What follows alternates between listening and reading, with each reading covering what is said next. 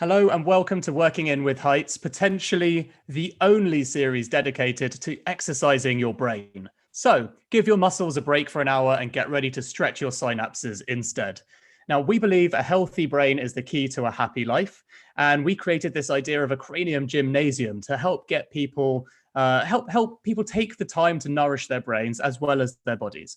Now, each week we have a different mental fitness instructor, all with different specialities to keep things fresh and exciting. The aim for the next hour is to deliver as much actionable, useful information as possible. So no pressure, Rangan. So even if you only learn one thing, you can put it into practice straight away and start seeing some results. Now, Heights, as you might have guessed, is all about brain health and mental well-being. We make smart, sustainable supplements that combine the essential oils and nutrients your brain and body need and deliver them to your doorstep every month. We also create clever content in collaboration with leading experts to help you optimize your brain health and performance too, so you can reach your heights wherever they might be. So, enough about us. It's time to get started, but a bit of housekeeping first. We've got our moderator in the chat, our wonderful community manager, Emma. So any questions that you've got, you post them in there. She's going to send them to me, and in between each work-in, we'll get Rangan to answer some of them. Also, something we've been awful at doing ourselves is encouraging you to subscribe to our channel. We're newbies to YouTube. We're still finding our way around. Thanks to COVID, we weren't expecting to launch it, but we have, and we've just reached our first 10,000 view video. So we're pretty thrilled by it, but we're still learning. So if you want to continue learning about your brain from the world's leading experts, then hit subscribe right now and give us the warm and fuzzies before we even begin. We've also got the brilliant Natalia Talkowska, who's going to be doing a live illustration of our session to share on social of all the things we cover. So Rangan, you're going to have your very own story map by the end of the session to share all your wisdom in visual form. So enough from me. We're going to cover 3 topics today: what is stress and how to manage it, how to focus your mind in anxious times, and 5-minute work-ins for a healthy brain. So introducing today's mental fitness instructor, Dr. Rangan Chatterjee. How are you, mate? I'm not bad, thank you. I'm having quite a stressful day, actually, Dan, if I'm honest, which in some ways might be a good thing, given what we're about to talk about. Well, it's funny that you're still so British, right? You can't say I'm not doing good or I'm really stressed today. You know, we always have to say I'm not bad and then caveat. Yeah, I guess that first response is often an autopilot response, isn't it? It's we just say, how you doing? Yeah, I'm fine. Yeah, not too bad. We almost say that without thinking about it. There's no real intention often behind it, and it's something I've been thinking a lot about recently. But when we talk to our friends or catch up with colleagues, you know, are we really checking in to see how they are, or are we just having small talk? And so you're right, it possibly was just an automatic response, but the truth is it's not been the best day for me. But genuinely, I feel my life's pretty great. So, you know, I'm not gonna complain. But well, also, no one's going to respect listening to a master of stress who doesn't feel any stress. So the important thing is you're human. Yeah, like everyone, exactly. Exactly. And I think stress actually is something that is there. I don't think the goal should be to eliminate stress from our lives. I don't think that's desirable, and I don't think it's possible either.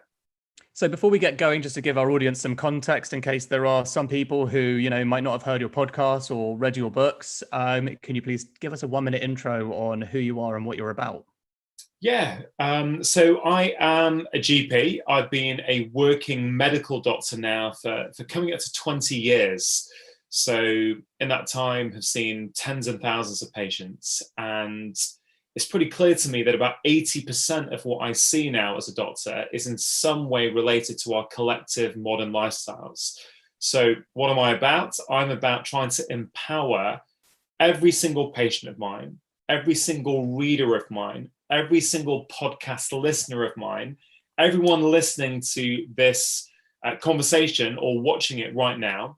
I'm about trying to empower them so that they understand that they can be the architects of their own health. So, as I say, most of what I see is related to our lifestyles. I'm not putting blame on people. I understand that modern life is tricky, it's tough, it can be stressful. But I also believe that there are simple things that we can all do each day that make a massive, massive difference to not only how we feel, but also how we perform and our long-term health. Fantastic, which makes you perfectly qualified to take us through 3 different work-ins, even on a day of immense stress. So I guess let's crack straight into it. So we've got our first work in, which is what is stress and why our brains experience it. So at a high level, nice open field for you. Take it away. What is stress? Okay, well, I think a useful way for people to think about stress is that it is a series of biological mechanisms in your body that kick into action when your body feels as though you might be in danger, right? So stress really in many ways is the desire of the body and the brain in particular to keep you safe. Now you have to understand that stress is a perception. So, it's not the actual thing that happens, the event, because the same event might stress you out and I might be completely chilled about it. So, for example, to use a sporting analogy, almost 12 months to the day, I went into open water for the first time and signed up for an event, didn't practice, never wore a wetsuit before, suddenly turn up, I'm in the ocean, realize I can't see the floor, and have a panic attack. I can't breathe, I'm really, really scared. And that was my stress response kicking into gear. My body thought I was in danger. The perception was that I was in danger. But if you put me on the top of a steep mountain in fresh powder and ask me to ski off it, I don't think my pulse will even raise at all, because I've done that a lot over the past few years. So my perception of that is this is completely fine. Whereas a seasoned swimmer, an open water swimmer, might have the reverse. In the middle of the ocean, they'll be completely calm, but on the top of a mountain and a ski slope, they'll be stressed. So the point I'm trying to make is that stress is our reaction to an event, and stress is our body's desire to try and keep us safe. The problem is that we're now being prompted to activate our stress responses, not by things that used to bother us and scare us in the past, like wild predators. It's now our everyday lives. So that's kind of the rough overview in terms of what stress is. But I think it's important, Dan, to mention that the stress response is perfectly normal. It's there for a reason. It serves a very, very good role. And the way I think it's easy for people to understand it is if you think back 2 million years, right? So different era, when we're living in our hunter-gatherer tribes, living a very different kind of lifestyle to the modern lifestyle that we're now living in the 21st century, right? Your stress response would be activated when a wild predator was attacking. So you're chilling out with your family, with your community and your tribe, and a wild predator attacks or is approaching. In an instant, your body kicks into gear its stress response. So what happens? Your body's blood sugar starts to go up. That's going to help deliver more glucose to the brain. That's something you want in an emergency situation. Your amygdala, which is the emotional part of your brain, that will go onto high alert. So you're hypervigilant for all the threats around you. That's what you want. Your blood pressure will start to go up because more oxygen will get to your brain. Your blood will be more prone to clotting, because if a wild predator was to attack you and cut your wrist or cut your leg, you're not going to bleed to death. Their blood's going to clot, and that's going to save you. So these things are all really, really helpful. The problem, Dan, is that now in the 21st century in which we live, our lives are busy. We're rushing around. We've got too many things to do. It's not predators that are activating our stress responses. It's our lives. It's our email inboxes. It's our overscheduling.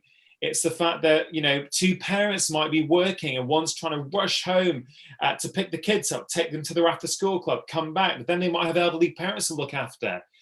The point is, many of us will respond to that in the same way as if we're being attacked. And so those responses that help us in the short term, blood sugar going up, amygdala going on high alert, blood pressure going up, your blood becoming more prone to clotting, they now become harmful in the long term. In the long term, if your life is stressing you out day after day, blood sugar going up, it's going to cause fatigue, it's going to cause weight gain, and ultimately type 2 diabetes just from being stressed.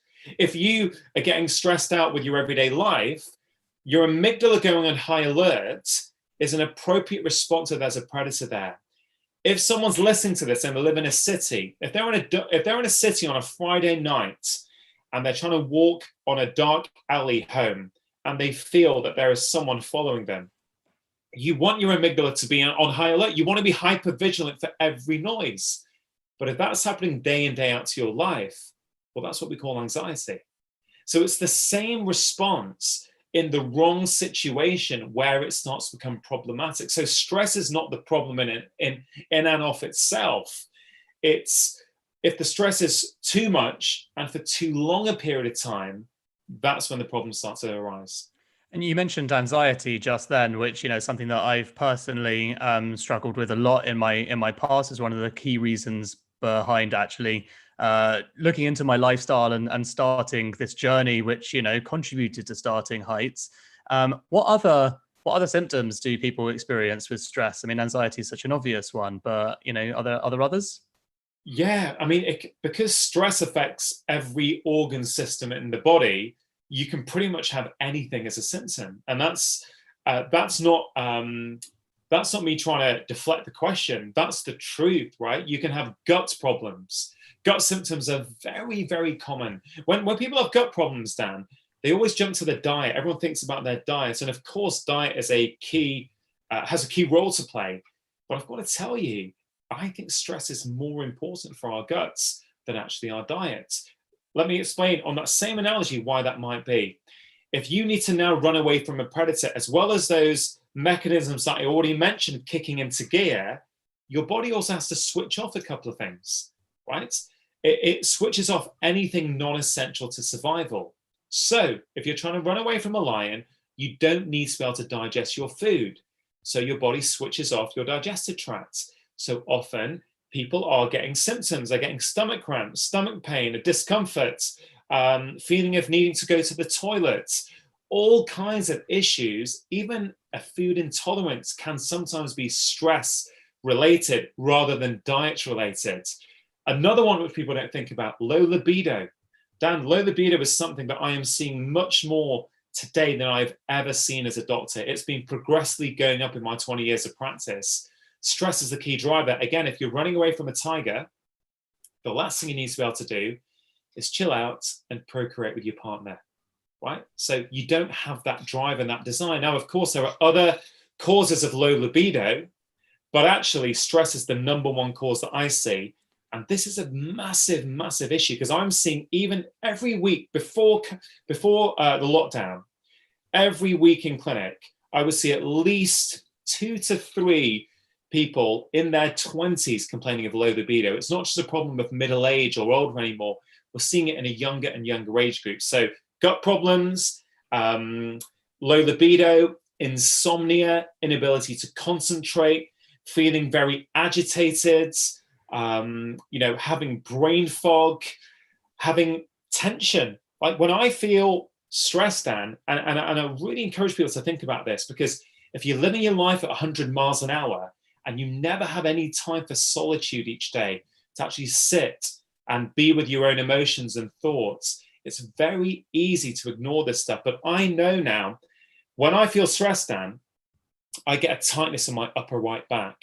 And I've had that probably all afternoon and early evening today. And that is a little warning sign for me that, hey, you are now starting to hit your threshold and you need to start taking remedial action. Otherwise, you're going to start to be ratchety with my children or with my wife, or my work quality is going to start declining.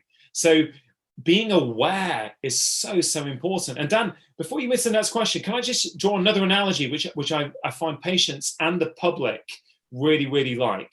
And that's this idea of stress doses. So I talk about stress and people say, yeah, but it's a nebulous term. What exactly is it? Well, I say, look, you can have macro stress doses and micro stress doses, right? So a macro stress dose is, let's say, a bereavement, a divorce, a relationship breakup, losing your job, which I know is happening a lot at the moment in the current circumstances, right?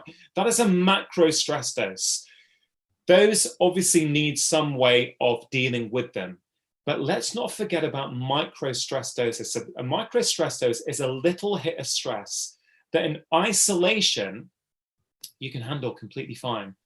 But when they all add up one after one, they keep adding up and they then get you to what I call your threshold, right? So when you get to your threshold, that's when things start to go wrong. That's when my back starts to go. That's when I start to have a row with someone. That's when I might react and not be calm.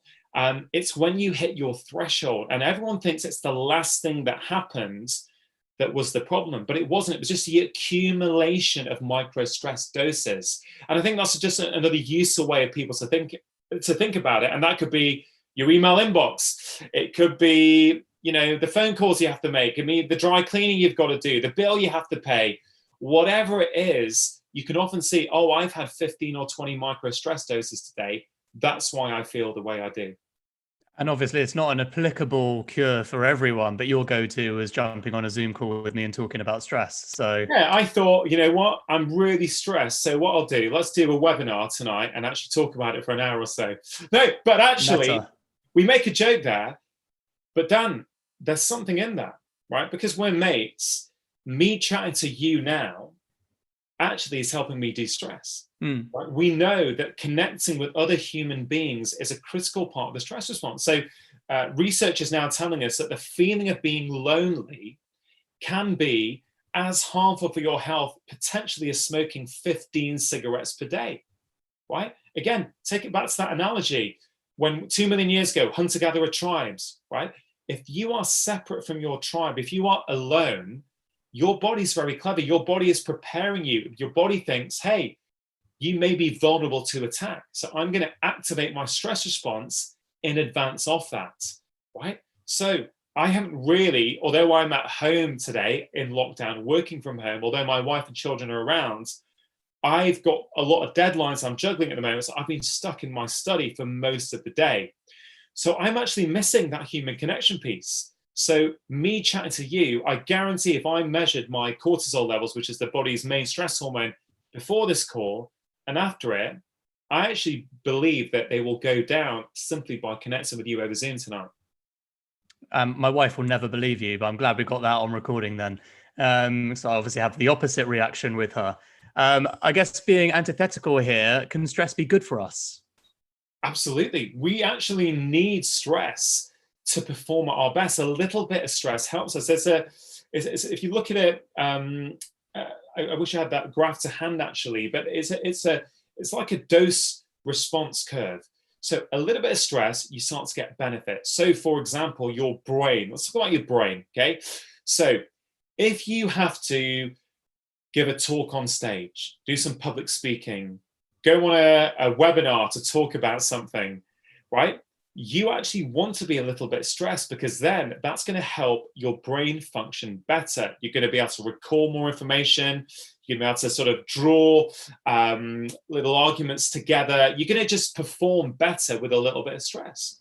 Too much stress, on the other hand, you start to get diminishing returns. If you're too stressed before you go on a call or before you go on stage, you're going to go up, you're going to forget your words, your brain's going to freeze, because again, we know a little bit of cortisol helps your brain function better. Too much cortisol kills nerve cells in your hippocampus, which is the memory center of your brain.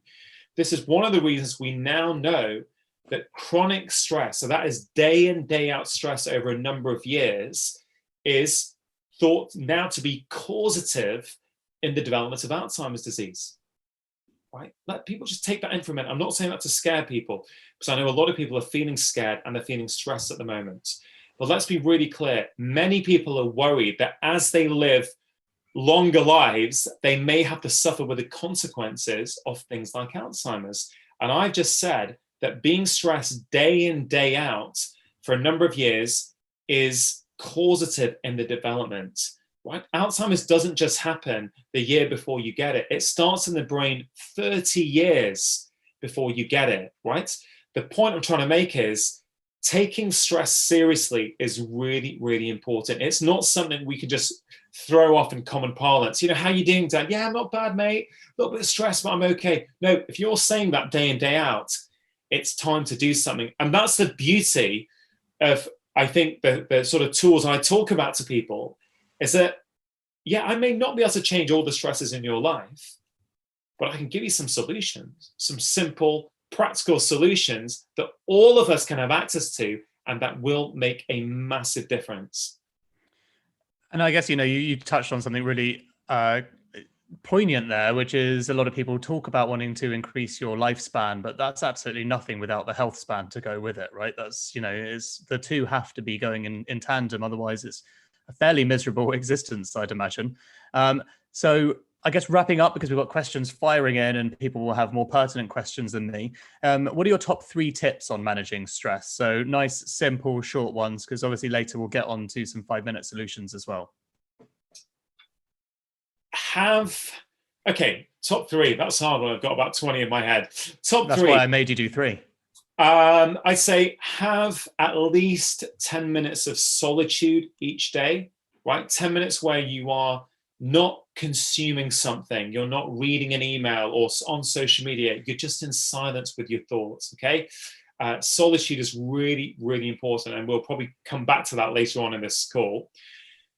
Number 2, move your body in some way each day. It is advice you've heard a million times over, but it is probably one of the best ways to de-stress. Even if you feel super stressed and you do 1 minute of star jumps, you will start to burn off that stress energy instantaneously, and things will start to return back to normal. And a side tip there is moving your body, exercising regularly makes you more resilient to stress, right? So really, really important. So that's the second one. And the third tip is connect with another human being each day in some way, whether it's a phone call to a friend, a bit of banter on a WhatsApp group with your buddies. Just stop for a minute and just actually really focus on that human connection. And I think those 3 things will make a huge difference for all of us.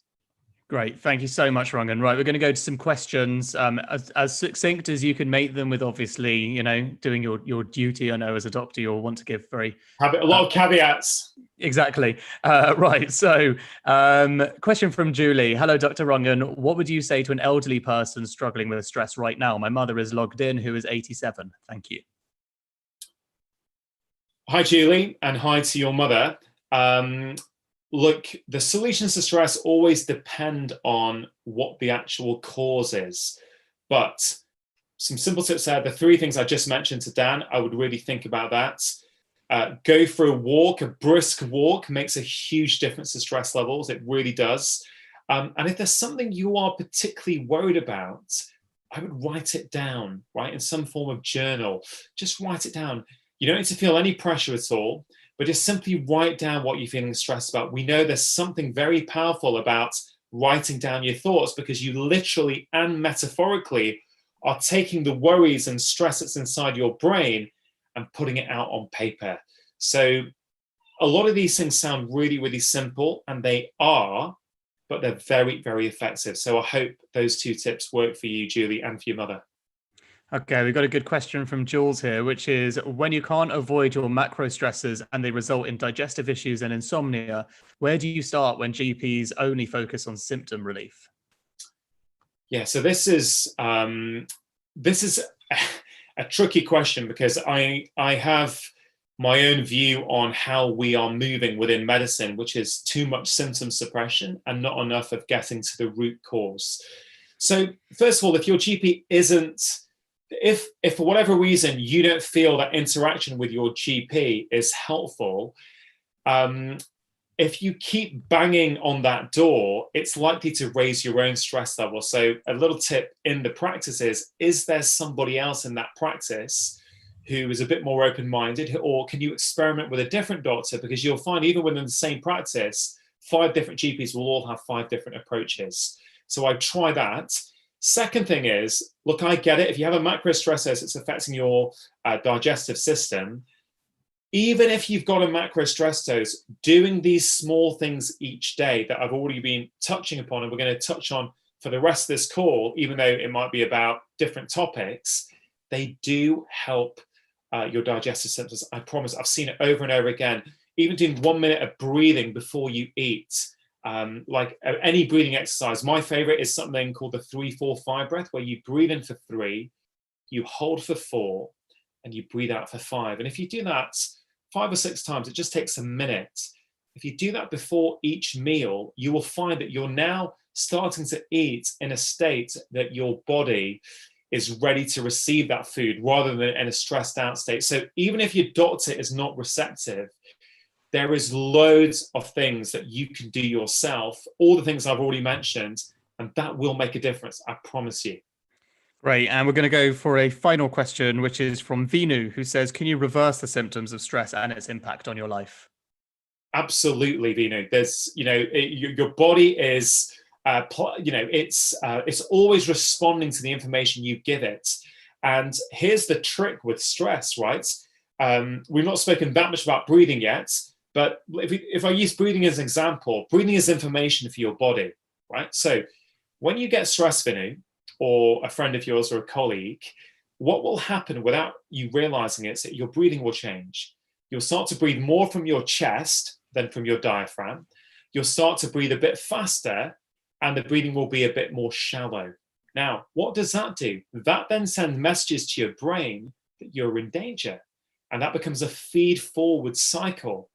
So a simple hack is if you change the way you breathe, even for just 20 or 30 seconds, so if you slow it down, if you do that 3-4-5 breath, or many other breathing techniques we'll probably talk about throughout this conversation tonight, you will then start sending signals to your brain, hey, I'm not in danger. Everything is okay. There's no reason to mount a stress response. So you can absolutely reverse the symptoms of stress in the vast majority of cases, for sure. Great. Thank you, Rangan. So we're going to move into the second work-in of the day, which is how to focus your mind in anxious times. I'm sure there's going to be, a lot of applicable things you said from our previous work-in anyway, but obviously 2020 has been a bit of a shocker so far. So one benefit of it being that we've got a shared experience of lockdown globally, but of course, everyone's experience is quite different. The different inequality and understanding, even in the company, where some people are alone, some people have company in the first place, and some people are having to homeschool on top of everything else, like yourself. So I think we can all agree that 2020 is a year of great anxiety. Now, we've just covered stress, so I think it'd be great to talk about how to focus our minds. And I guess if we start from the top, what are the exercises beyond traditional meditation that you'll have learned in your research to help focus and clear the mind? Yeah, so I think you're right, Dan. Anxiety is something that a lot of people are facing at the moment. A lot of people already suffered from anxiety pre this pandemic, and the pandemic has made things a lot worse for them. And some people who never thought they suffered from anxiety are starting to feel anxious. And let's just remember what I said at the top here about what stress is and why we mount a stress response, is because your body thinks in some way that you're in danger. So in some way, when you're mounting, as I say, anxiety, I mentioned the amygdala before, which is the emotional part of the brain. You really need to, it's really good to understand what the amygdala does, because then once you understand stress and anxiety, you understand how that plays a role. But the amygdala, when it is sort of fired up, it will make you anxious. It will make you emotionally reactive. That's its job. It will make you hypervigilant. It's trying to protect you. Again, it's an appropriate response if there really is something to be afraid of, like a lion or someone trying to follow you or attack you in the streets. That is what you want. You want to feel anxious then. But what you don't want is to feel anxious to your everyday life. So you, first of all, there's nothing broken with you if you're feeling anxious. It's just there's a bit of a resetting that's required. Your brain is perceiving danger when it might not be there. So what can you do about that? So many things. I mentioned journaling, and I've got to say, I would probably call journaling the number one thing you can do for your anxiety for me at the moment, just in terms of the impact I'm seeing with it with my readers, but also with my patients. First of all, it's free and accessible to everyone, right? And as a doctor, I love things that everyone has access to. But journaling is just this idea that you write down your thoughts. So let's think about how you might want to do that. So let's say you wake up in the morning, okay, and you're feeling anxious. So a lot of time we wake up, we've got the anxieties and worries of our life going round in our brain. And this can often be worse if you've done something negative before you go to bed, like watch the news or get into an argument on Instagram or Twitter, because often your brain will process at night what you have exposed it to just before you go to sleep. And I think Tara, Dr. Swartz, discussed that with me on, I think, my first podcast with her, and went into that. So there's really, really interesting research on that. But if you wake up with those worries and anxieties, if you do nothing to process them, they sit around there and you get on with your day and you're not really sure why you're sort of stressed all the time, or sort of getting into arguments with people, or emails are starting to bother you. It's because you've not done anything to process the anxiety and worry in your brain. If you journal, you are literally and metaphorically taking that stuff out of your brain. So there's two ways I'd recommend people do that. That first way is what I call a free form journal. I think I've called it in my last book, the brain tap. You're basically just turning on a tap and just basically draining all those thoughts. So you're just writing anything. It could be gobbledygook. You're not editing a book. You're not writing a manuscript or composing a work email. Nobody's going to read it.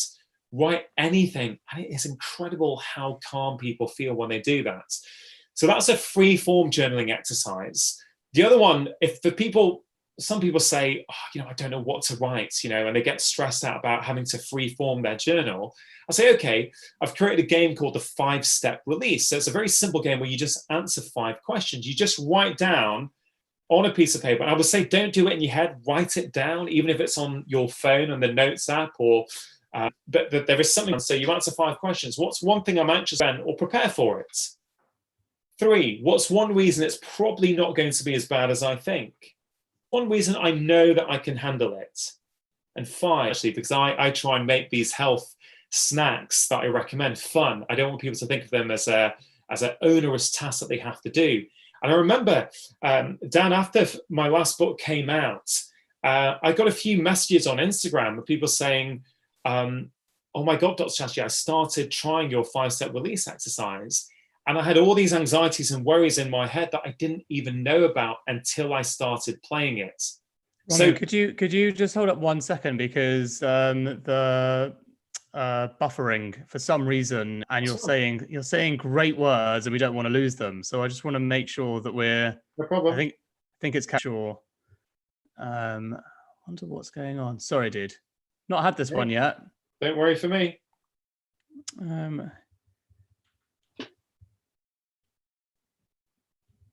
Let's see. Let me see how we can do it. Looks like it's going back.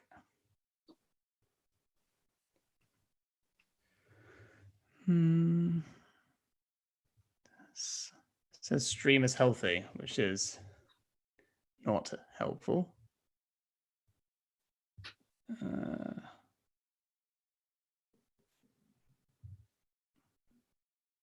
Not sure whether to end stream and restart it. I've just texted someone who's watching and asked them if it's still working all right.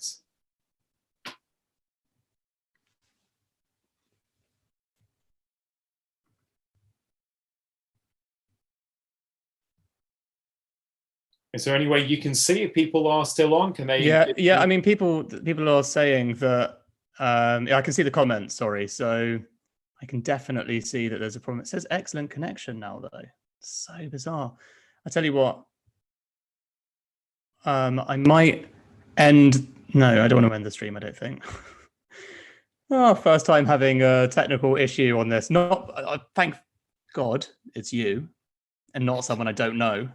Because that would be. Don't worry, it's completely fine, and we can keep going. If we have to do it again, we can do it again as well. It's no problem, Dan. It's all good. Okay, so I think we're all good.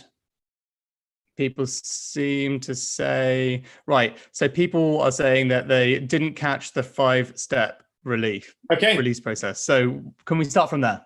So again, just to summarize for people who lost a little bit, I'm talking about journaling, which I think is one of the most powerful things you can do to help you with anxiety. One is a free-form journaling exercise where you just write anything that comes in your mind for 5 minutes. Okay, very, very powerful.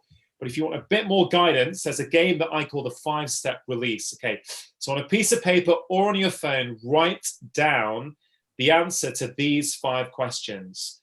What is one thing I'm anxious about today? Stream health. Okay, what is one practical thing I could do to prevent or prepare for it? Number 3, what's one reason it's probably not going to be as bad as I fear? Number 4, what's one reason I know I can handle it? And 5, what's one upside of the situation?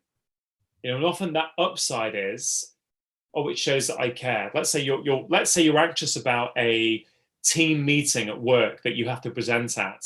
Often the upside is, oh, the fact that I'm anxious means I actually care about my job and I care about performing well, which is why I'm anxious. And I honestly, Dan, I know these things sound simple, and it's easy in the biohacking world in which we live to talk about sort of high-tech things that you can do.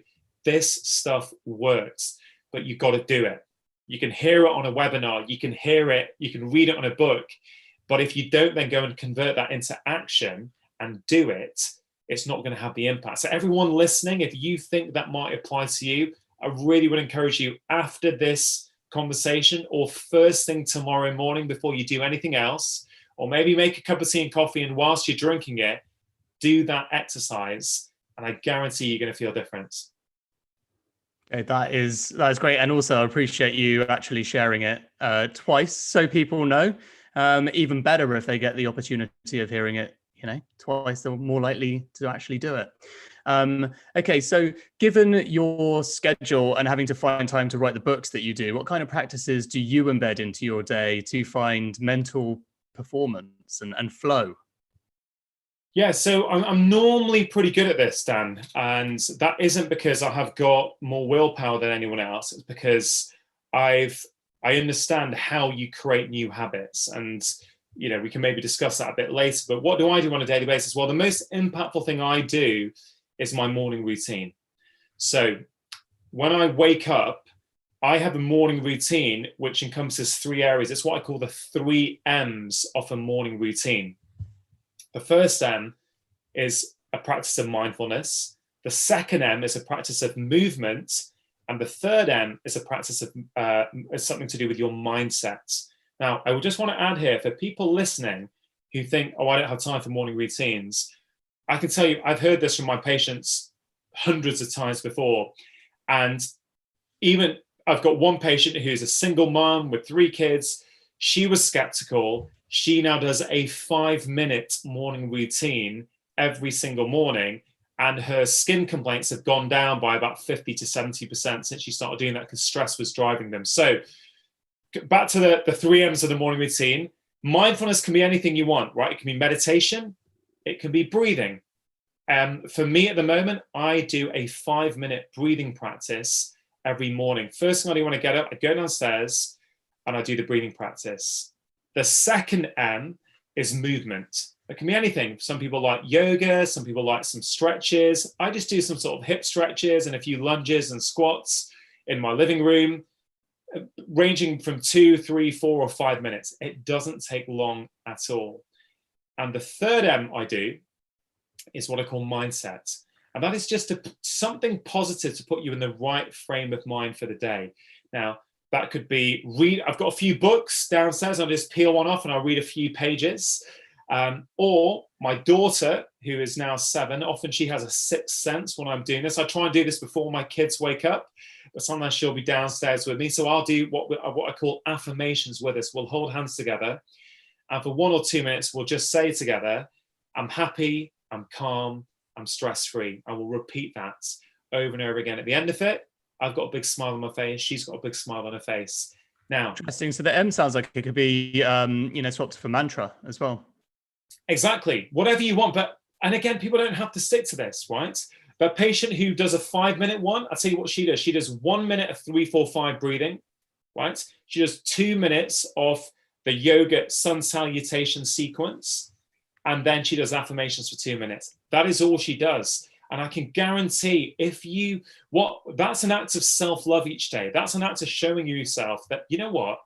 I prioritize myself. I am worth looking after each day. And I can tell you, Dan, the days I do that, I'm less reactive, I'm calmer, I'm more productive for the rest of the day. The days I don't, the days I think, and I have this week, I missed it a couple of times. I thought, no, I don't have time for that stuff today.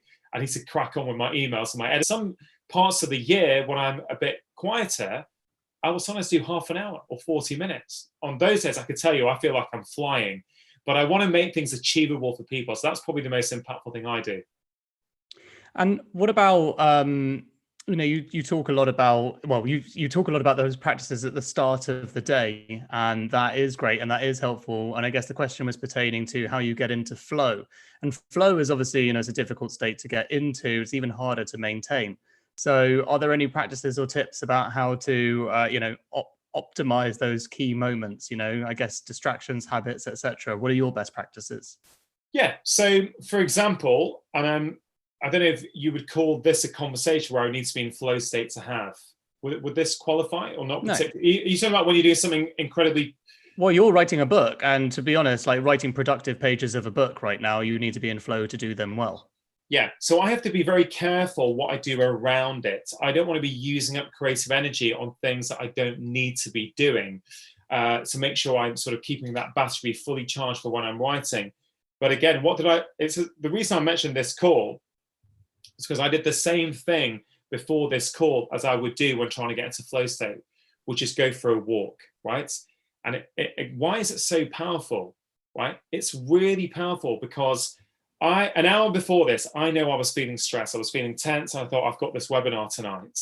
So I went for a walk. And what happens when you go for a walk? Well, many things happen, but there's a part of your brain called the DMN, the default mode network, right? And this is a really important part of the brain. It does all kinds of things. But one of the things it does also do is it helps you to solve problems and it helps you be more creative, right? So if I'm, let's say, having writer's block and I can't get in flow state, I'm really struggling. If I go, right, I'm going to go out for a walk, and often it's better if I don't listen to a podcast or music, actually, I've experimented. Often it's better when I have complete silence and I tune into, let's say, nature or the birds singing.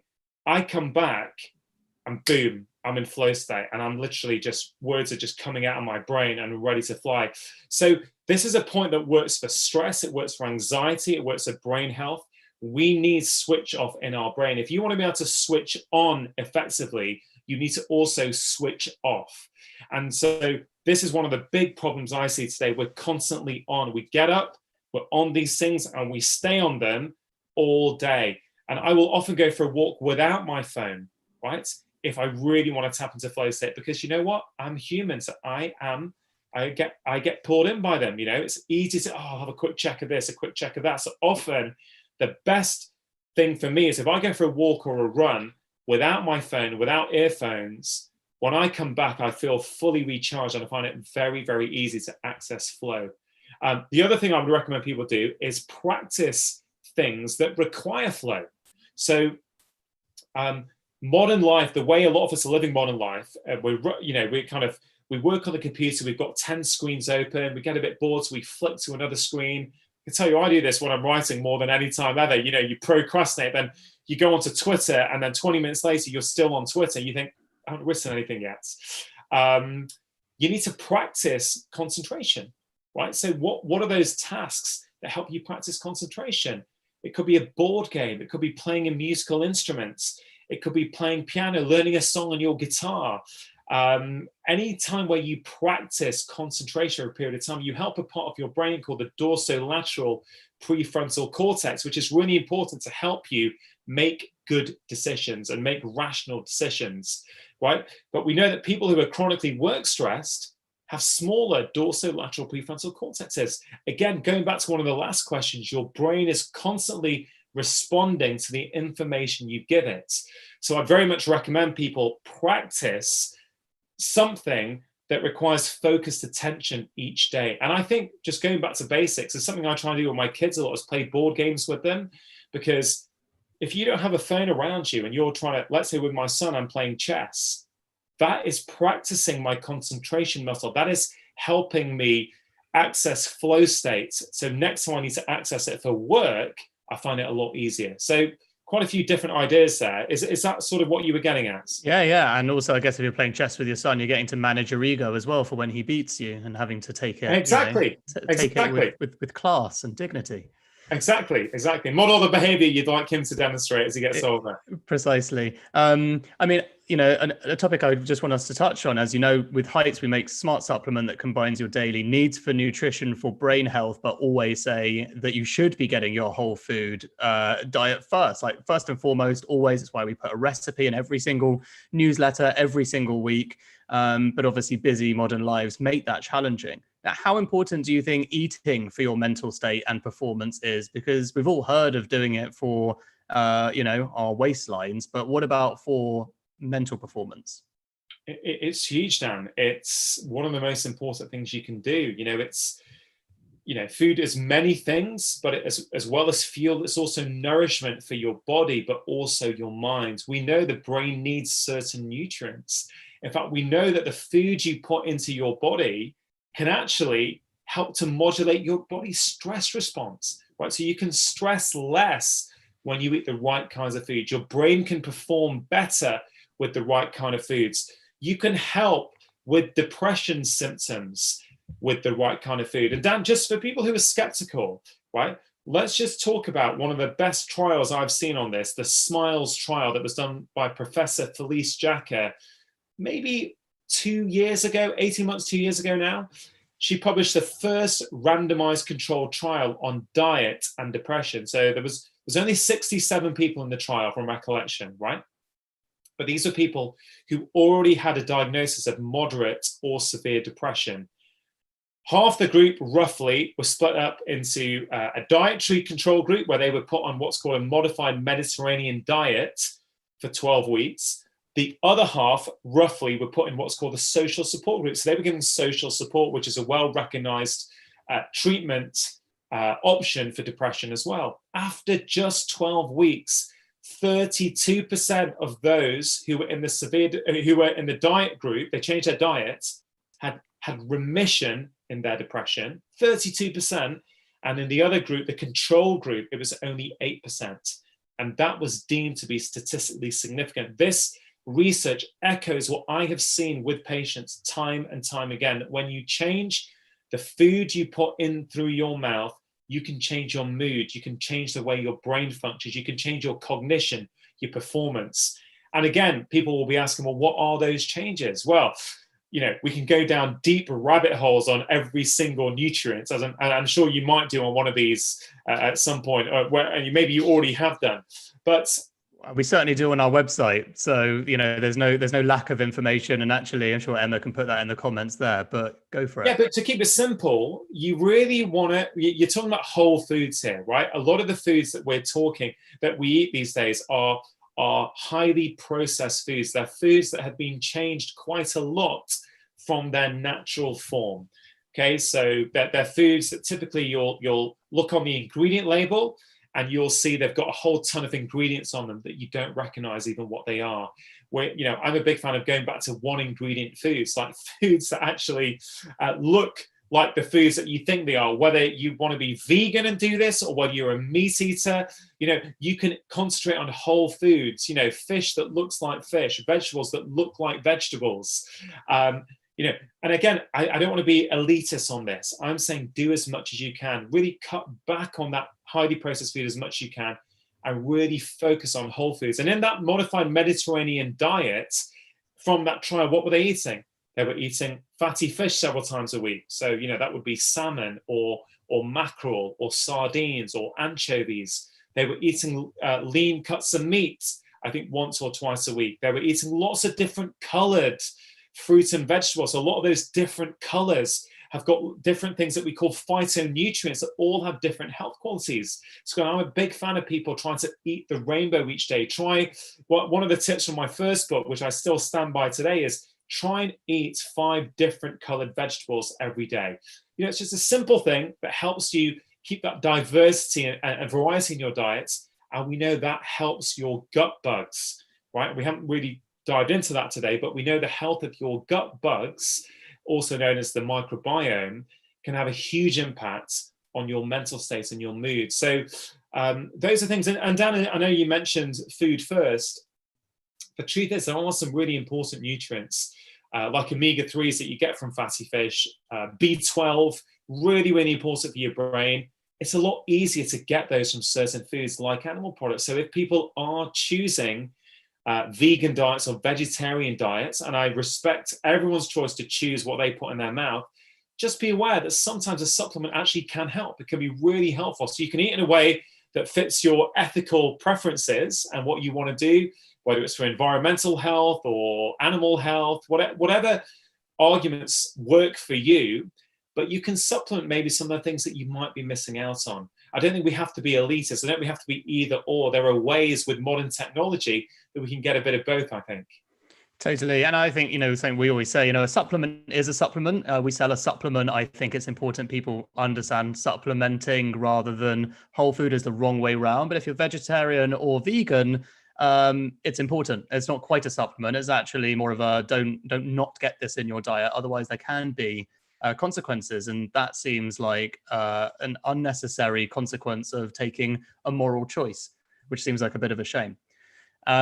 Finally, on this topic anyway, can I get you to summarize your top 3 tips for a peak performing and clear brain? And then we'll go to some questions. Okay.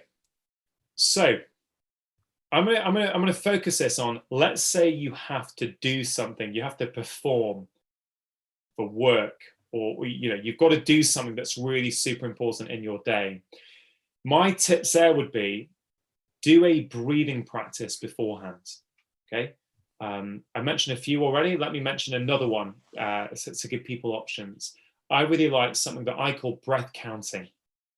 Okay. It's a Zen Buddhist breathing technique where you basically, again, I'm a big fan of nasal breathing, but don't let that put you off. If you've got a blocked nose, breathe it through your mouth, but essentially close your eyes, breathe in, and on the out breath, say 1 in your head. And then breathe in again. On the second out breath, say 2. And you basically want to count up to 5. And then go back again from 1 to 5, 1 to 5, 1 to 5. It trains focus, it trains concentration. Now, if you are not on your game, or if you're unable to concentrate well, and I once counted up to 30 before I'd realized that I'd gone past 5. Do you know what I mean? So it really helps to train concentration. So that works just before you need optimum brain performance, but it also works as a daily practice. And that's actually what I'm doing at the moment, first thing in the morning, because I'm training my ability to focus, which means when I need to focus later in the day, I know I practice. Just like lifting weights in the gym might get your biceps stronger and better to perform. Well, doing that breath counting exercise is training your ability to focus. And again, it's simple, it's free. You just got to do it, right? So breath counting. Second thing is, if you really need to perform, do some form of physical activity beforehand, whether it's a walk, whether it's 1 minute of star jumps, whether it's a 5-minute yoga flow, something. When you get your blood pumping around your body, we know you're more creative. Just before this, Dan, as I mentioned, I went for a walk. I know the studies, you're more creative when you come back. You're fresh, you've got better ideas, you're better able to concentrate. So don't neglect some sort of movement. And what's the third thing I would say for, I would say meditation, but that's sort of related to breathing, so I won't say that. What would I say? I would say, yeah, as I already mentioned, do something each day that practices your ability to concentrate for a prolonged period of time. Now that could be reading a book. Right? Reading a book for 20 minutes is actually really hard these days for people because we're so tempted from jumping from thing to thing. I'll often I'll read a book, then I'll get a bit bored after a few pages. I'll go onto Twitter for a bit and then go back on and think, Rangan, what are you doing? Okay, cool. So maybe I'll put the phone away and I'll sit in again, reading a book, playing chess, learning a song on my guitar. So I always try to give people options that they can do and think about. But I think those 3 things will be really, really impactful for people.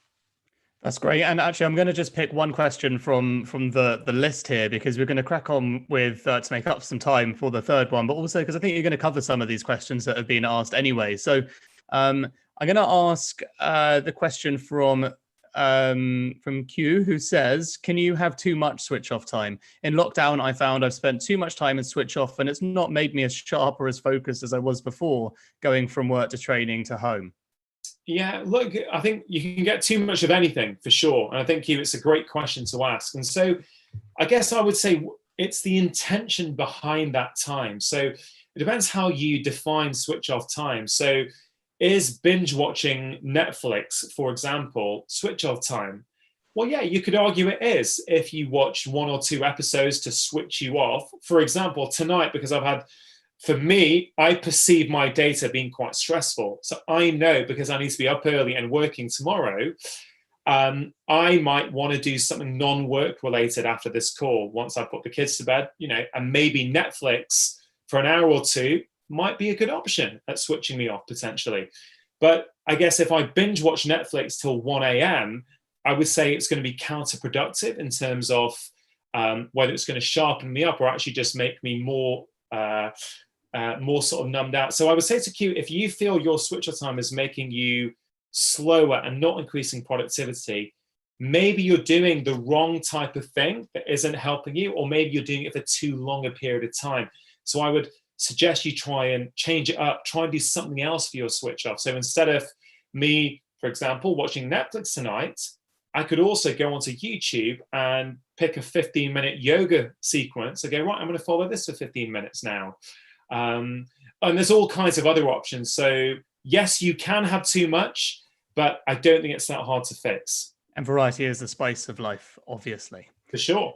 Okay, awesome. We're going to move into the third and final one. Perfect topic for you to enter, and you're going to answer a lot of questions like this anyway, but 5-minute work-ins for a healthy brain. So as some people, hopefully all of them, know, you are the brilliant author of 3 best-selling books, but I think your latest one, Feel Better in 5, is the one that really captured the most attention, really struck a chord in society. I think it says a lot about society and the time that we live in, but it's also great that you're able to find ways to connect health and well-being initiatives to that actual desire. There's no point forcing things on people that they're not going to do. And that's absolutely your speciality, which is understanding where we're at and trying to find solutions around it that are practical, that are better than nothing, for sure. So I'd love to explore some of your favorite ways to thrive in 5. And given our focus are around our brains, if you can relate them predominantly to brain health and mental well-being, we will be delighted to hear them. Yeah, Dan, look, thanks for that. I think it's really important for people who are watching this and listening to this to understand why 5 minutes, right? And I think it's a key point that we're touching on. There's a lot of great information out there, right? We can even hopefully deliver some really high quality information on these webinars. But if people don't do it, then that information is wasted. And I feel that we've made health and well-being far too complicated. And where this approach has come from is my experience as a doctor, right? I remember, Dan, I used to give people advice and they would go away and they'd come back and they weren't doing it. And I remember thinking, I think I'm a bit unusual like this. I never thought, why are they not doing what I've asked them to do? I thought, Rangan, you're not giving them advice that they feel is relevant or practical in the context of their life. So I took on the mantle of saying, well, I've got to give better advice. And I think, let me try and summarize this patient story quite succinctly, if I can, to just demonstrate this to people. So there was this chap, a 42-year-old chap who came to see me a few years ago. He was carrying a bit of extra weight. He was really struggling with his mood and he felt tired all the time. Now, these are common symptoms, Dan. I'm sure there's people watching this right now who've probably got very similar complaints. It was clear to me that his lifestyle was playing a huge role here. I discussed all kinds of possible options with him. He liked the idea of strength training. He thought, yeah, Dr. Chatterjee, what strength training is going to increase levels of the hormone BDNF in my brain. It's going to help grow new nerve cells. It's going to help me feel physically better, mentally sharper. I said, yeah, it is. He goes, right, I'm in. I want to do that. I've not done this in years. Right.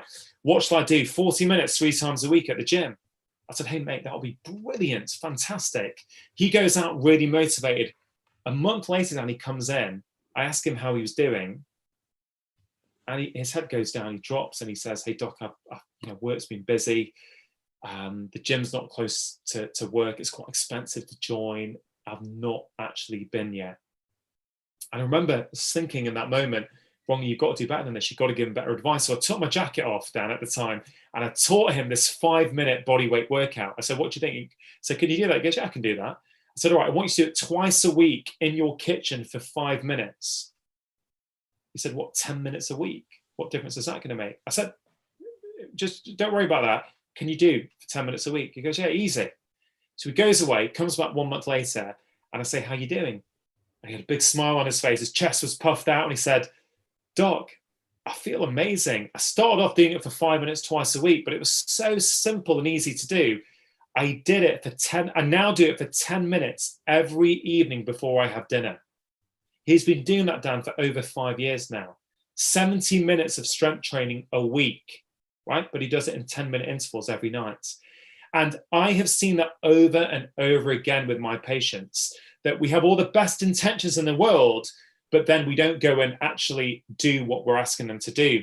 And the reason is, Dan, and I think your audience will really like this, is because we're not following the principles of behavior change, right? So we mentioned Netflix already. Let's talk about Amazon. Amazon, as a business, understand the rules of behavior change, right? They know that if you make something easy for someone, they will do it. I mean, that is BJ Fogg, Professor BJ Fogg, the world's leading expert in human behavior. That is one of his number one rules. You've got to make a behavior easy. So 5 years ago, before one-click ordering, right, what did you have to do? You have to go into your basket, go to the next screen, type in your credit card details, go to the next screen. 3 or 4 steps you need to take before you place that order. One-click ordering, and boom, before you've even blinked, something's getting delivered the next day to your house, right? Estimates say, Dan, that when they move to one-click ordering, this has not been officially confirmed, but it's estimated that their profits went up by $300 million a year just from making that one change, right? The point is, they understand it. Netflix understand if you make something easy. You finish one episode before you've got time to think that I'm tired, I need to go to bed. The next episode has started to run. YouTube do the same thing. I'm not having a go at these guys. They're using the rules of human behavior to get you to buy more and use their product more. I'm saying we don't use the same rules when it comes to our health and well-being, for our brain health. We think, oh, it's got to be hard. It only counts if it's a 1-hour jog. It only counts if I meditate for 20 minutes. And you know what? It's complete nonsense. In fact, that is not the way to create new behaviors. You are much better off starting small. So that's where this 5 minutes comes from. 5 minutes is small enough where you can fit it into your everyday life, but it's long enough where you start to feel a difference. Dan, I mentioned those 3 M's before. One thing I do with consistency, and I have done, I barely missed a day for 3 years now. I do a 5-minute workout every single morning, because what I do, Dan, is I'm drinking a fair amount of coffee at the moment, but I'm quite particular about how I make it. So I weigh it out, I put it in the cafetiere, and then I set a timer for 4 minutes.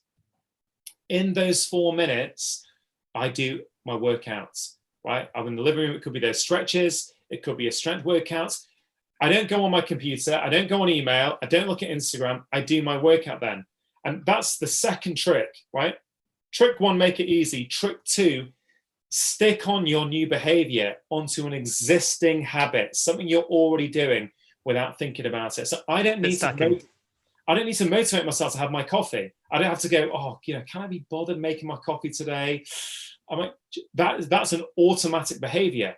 So if you stick on the workout to that, you do it every day. And people are doing this every day with toothbrushing, right? Everyone listening to this right now, I'm guessing, brushes their teeth for 2 minutes in the morning and 2 minutes in the evening. They don't think, oh, I'm not going to do that every day. Or I tell you what I'm going to do on Sunday, I'm going to have a 1-hour deep clean of my teeth. No, they don't. They understand that to keep your mouth in good shape for your whole life, you need to do a little bit each day.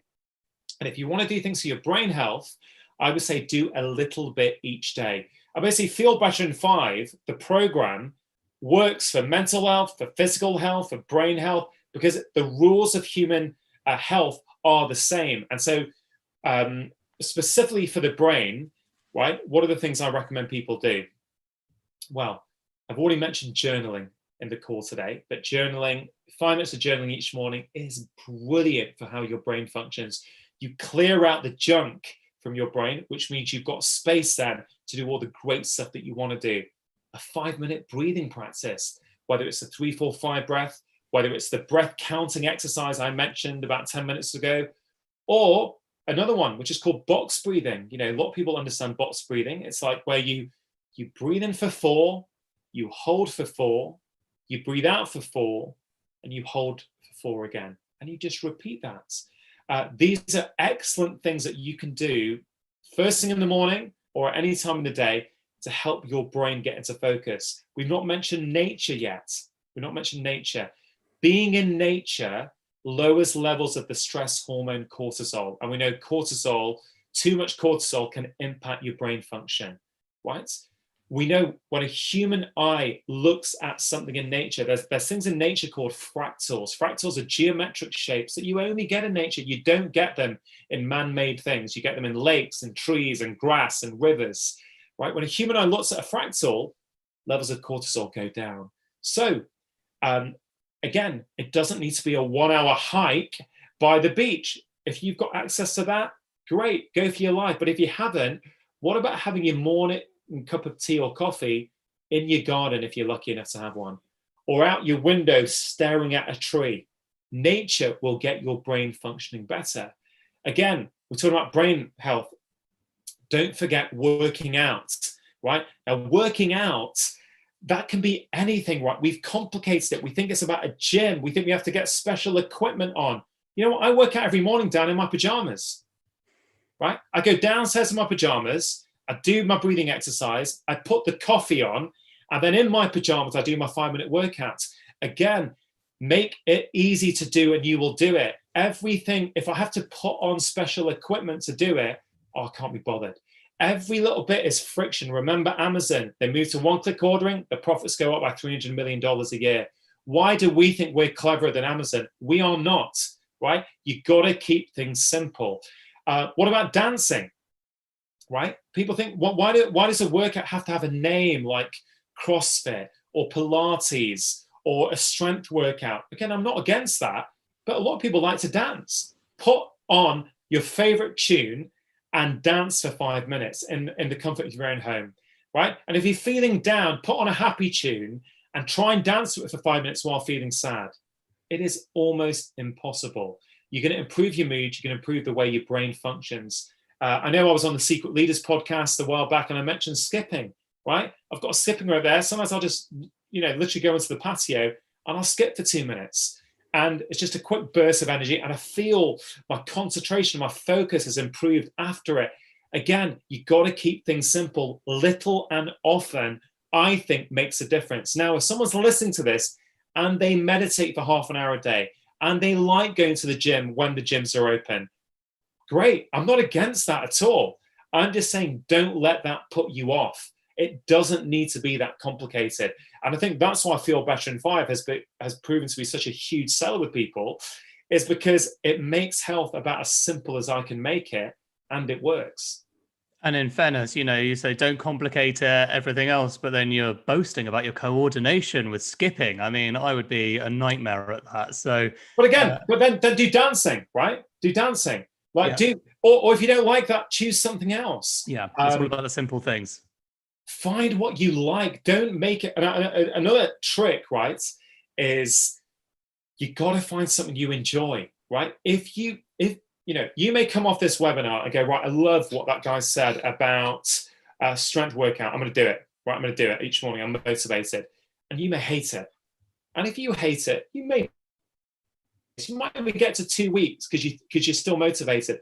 But when that motivation drops, as it always does, Professor BJ Fogg calls this the motivation wave, right? And we all plan our behaviors for our health, for our brain at the peak of the motivation wave, but we should be planning them at the trough. Because if you plan them for the trough, you're still going to be doing them when you're motivated, but when you're not feeling so good, you're still going to be doing them as well. So make it easy to do. And it's that little bit often. And again, if 5 minutes is too much, and I say this right at the back of the book, I said, look, if 5 minutes is too much for you, start with 1 minute, but do it at the same time every day. And what you do when you start with 1 minute, right? So let's say someone's listening to this, I go, okay, all right. I say, for someone listening who drinks a cup of tea or coffee in the morning, tomorrow, when you have your cup of tea or cup of coffee, I challenge you to either do a workout for 1 minute, let's say star jumps for 1 minute, or do one of the breathing exercises I've mentioned just for 1 minute. Just start with 1 minute and commit to do that every day just for 1 minute and see what happens. Because what you'll find, it's so easy to do 1 minute. You'll do it. And when you're feeling good one morning, you'll go, oh, do you know what? I might rock this out to 5 minutes today. But then the next day you might be busy and you can go back to 1 minute. But the key is to do it every day, right? All the apps know this. Calm, we both know the app Calm really, really well. Calm, what they got streaks on it. So if you've been doing it for a period of time, your streak starts to build up. Again, we both know Michael, whose app Calm is.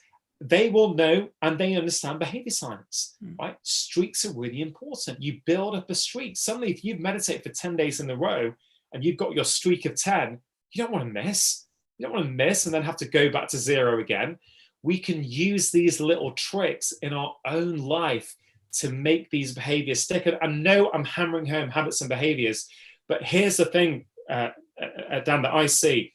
Someone sees an inspirational Instagram meme and they go, yeah, I love it, like, comment, but they don't do anything. Like, that we feel when we like and comment on it that we're actually doing something. We're not.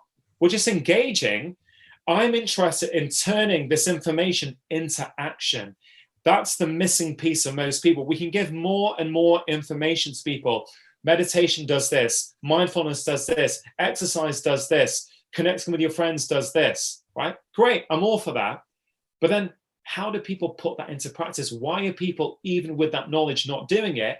It's because they're either making it too hard or they're not sticking it on to an existing behavior that they're already doing. And I guarantee if people follow those 2 rules, I mean, I've got 6 rules of behavior change, but I think those 2 rules are the most important ones to follow.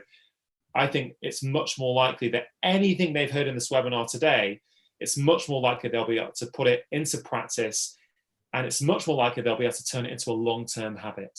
Totally. And the way that we actually present our company is, we talk about being a brain health and mental well-being company. And our belief is that, a healthier brain leads to a happier life. But when we break it down, when we're going for investment pitches that aren't like this, we actually talk about, long-term, we see ourselves as a habits company. And what we mean by that is, if you break it down, if a human being has more positive habits in their daily life than negative habits, it is a self-fulfilling prophecy.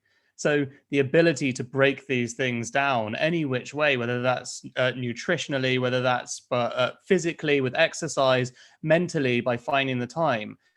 If your positive habits outweigh your negative habits, it becomes an obvious case that you are going to be, creating a more purposeful, healthy life. Hopefully, all things considered, so long as they've also read your books, listened to your podcasts, and filled their brain with positive information. I'm not going to ask you for a final 3 again, because I feel like that is almost unfair. You've got 6 and you've only talked about 2. So instead, I'm going to ask you for the final 4 quickly. Then we're going to go to our final questions. So do you remember what your final 4 were? In terms of habit change? Yeah. Yeah, so look, there's quite a few. So what I'd probably say the next most important one is, right? The next most important one is to celebrate when you've done that habit. Now, this is the one that I think Brits find a bit difficult, because it's not really what naturally fits in terms of how we think about things. But it's, again, I very much am a fan of Professor BJ Fogg's research, and he talks about that it's emotions that wire in habits. It's not repetition, right? So think about it this way. If someone feels down or a bit low and they buy a chocolate bar and they feel good, that's very powerful. You start to create that loop in your head. Oh, I feel low. I buy chocolate, eat it, I feel good, right? So next time you feel low, you're much more likely to repeat that behavior. And the more often you do it, the more conditioned that becomes. So what you don't want to do is, let's say you do that 5-minute workout in the morning. You don't want to go, oh, God, that's over now. Right, get on with my day. You want to say something like, amazing. Wow, God, I feel great that I've done that. As BJ says, you should say awesome, which I think doesn't work for Brits as well as it does for people in America. But basically having some positive emotion associated with that is really, really powerful. And I try it myself. You do this for a few days, you start to crave that feeling of euphoria after you've done it. So again, it's easy to gloss over this kind of stuff, but it's really, really important. Another tip is to respect your rhythm. So certain things work well at different parts of the day, right? So for example, meditation or breathing, I find, and many of my patients find it much easier to do first thing in the morning. We naturally feel a bit calmer before we've got into the business of the day. So instead of trying to shove it in, let's say at 4 p.m., maybe shove it in the morning. Whereas a workout, for example, some of my patients, I like it in the morning. Some of my patients don't want to work out in the morning. They like working out at 4 or 5 p.m., which actually, if you look at the body's circadian rhythm, that's the time when actually we have peak muscular strength. And that there may be something in that. So again, that's the fourth tip I would say. Fifth tip is to design your environment. So your environment influences your decision-making much more than you think. So for example, if you want to lift a dumbbell each day, right? Let's say you want to do a workout, leave it in your kitchen, right? You don't want it put out of the way so that, oh, you have to remember, oh, where did I leave that weight? I've got a kettlebell literally in the kitchen next to the kettle. So that, I'm visually being prompted all the time when I'm in the kitchen that there's a kettlebell there. So sometimes all I'll do throughout the day, I'll go and make a cup of tea while I'm working from home, and I'll pick it up and do 5 kind of overhead presses and put it down and get on with my work. It's those small things done consistently that really, really add up.